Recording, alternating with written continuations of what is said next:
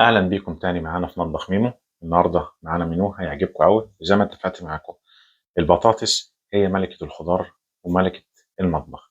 معانا اكله برضو بالبطاطس النهارده، اتمنى انها تعجبكم. وقبل ما نبدا في المنيو، رجاء وليس امرا، دعمكم لينا واشتراككم على قناتنا على اليوتيوب عشان يوصل لكم كل جديد. يلا بينا. احنا معانا حوالي نص كيلو لحمه مفرومه، ودي بتهيألي هي اغلى حاجه موجوده في الاكله اللي احنا هنعملها النهارده. تمام. وسلقنا معاها نص كيلو بطاطس وهرسناه كده. ماشي. احنا هنعمل من النص كيلو لحمه مفرومه دوت، هنعمل كيلو لحمه مفرومه. ازاي؟ هقول لكم ازاي. نيجي مع بعض كده خطوه خطوه.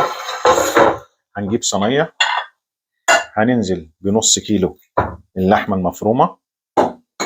تمام كده. وهننزل معاها بالنص كيلو البطاطس المسلوقه والمهروسه. تمام.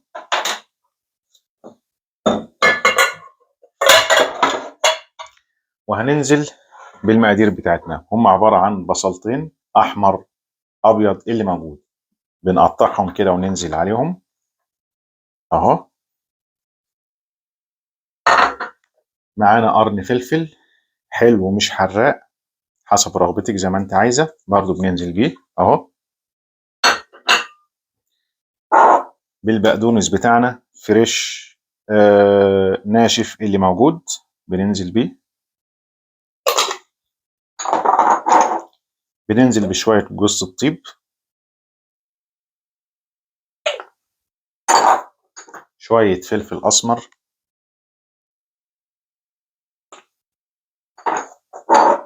شوية توم ممكن برضو فريش أو بودرة المتوفر عندنا أهو.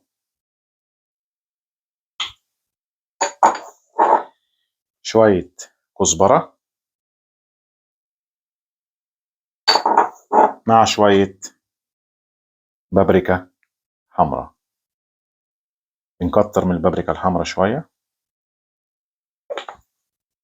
وآخر حاجة بننزل بيها وهو الملح بتاعنا.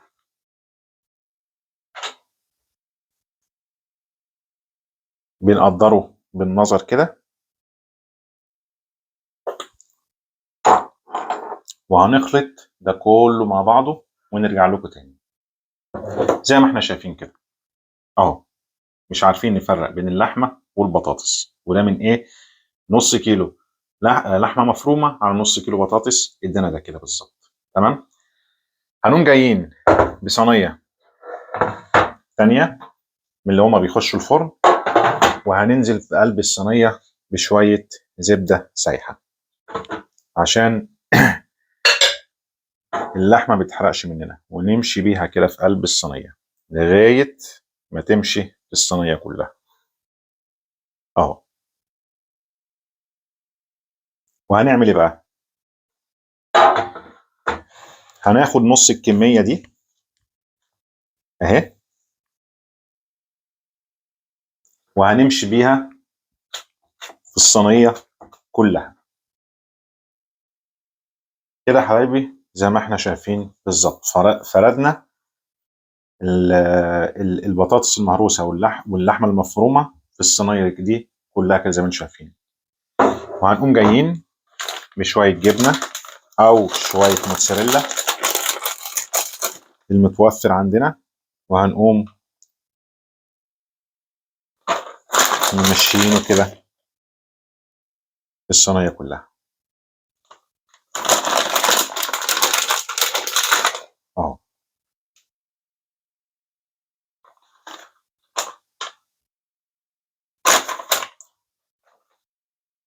وهنقوم جايين بالنص التاني اللي بقى معانا شايلينه كده،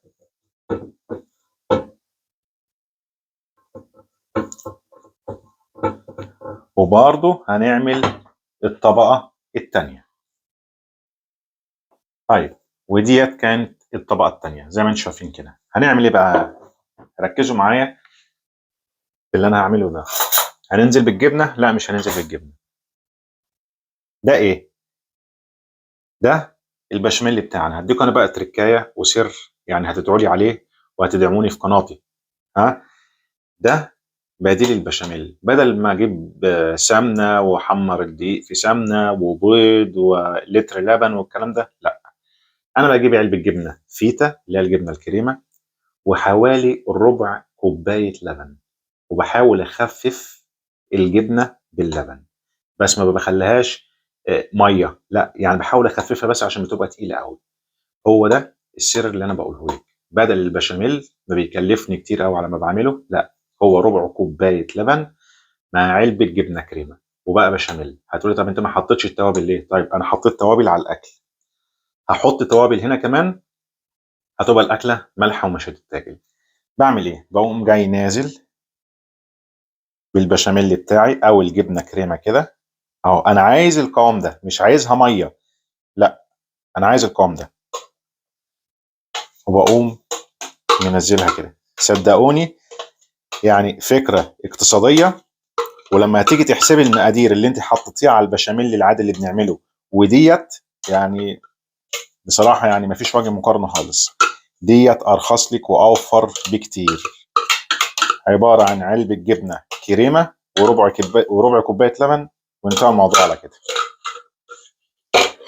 وبقوم جاي ممشيها برضو كلها في الصينيه كده اهو. وصدقوني كمان يمكن طعمها كمان احلى من البشاميل. طب ما حطيتش بيض ليه يا محمد؟ مش لازم احط بيض، مش عايز بيض. اه، طريقه اقتصاديه وحلوه، ومش هتكلفك كتير يا ست الكل، مش هتكلفك كتير. ده سر من اسرار مطبخ ميمو. واحاول امشيها في الصينيه كلها كده.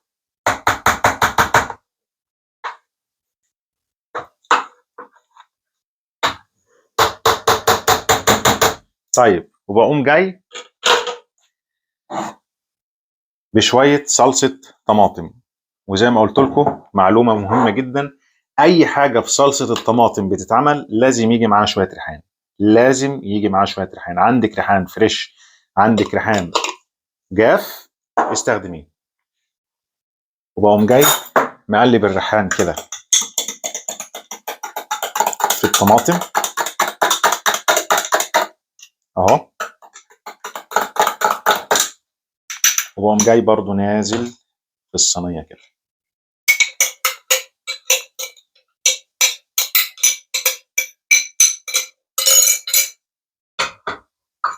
وبرضو نمشي الطماطم في قلب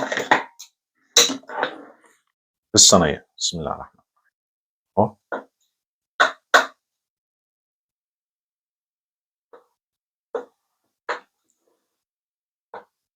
نفس الموضوع اللي انا عملته مع البشاميل او الجبنه الكريمه عملته مع الطماطم.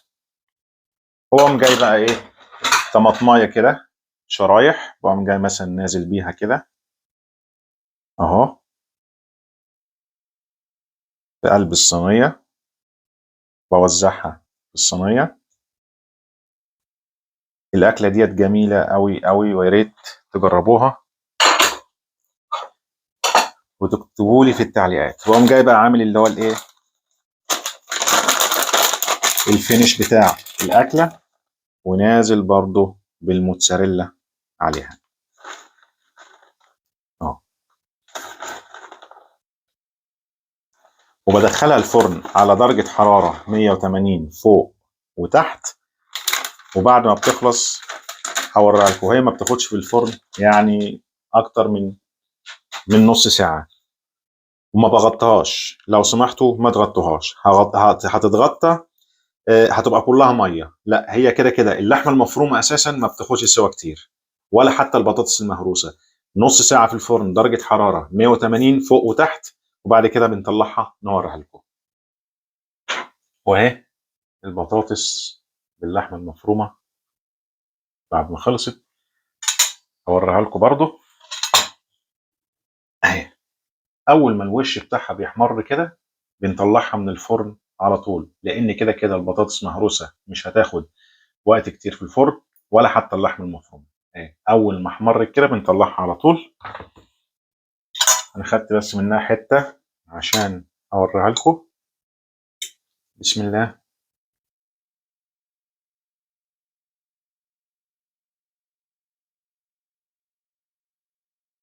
رهيبه يا جماعه والله، يا ريت تجربوها،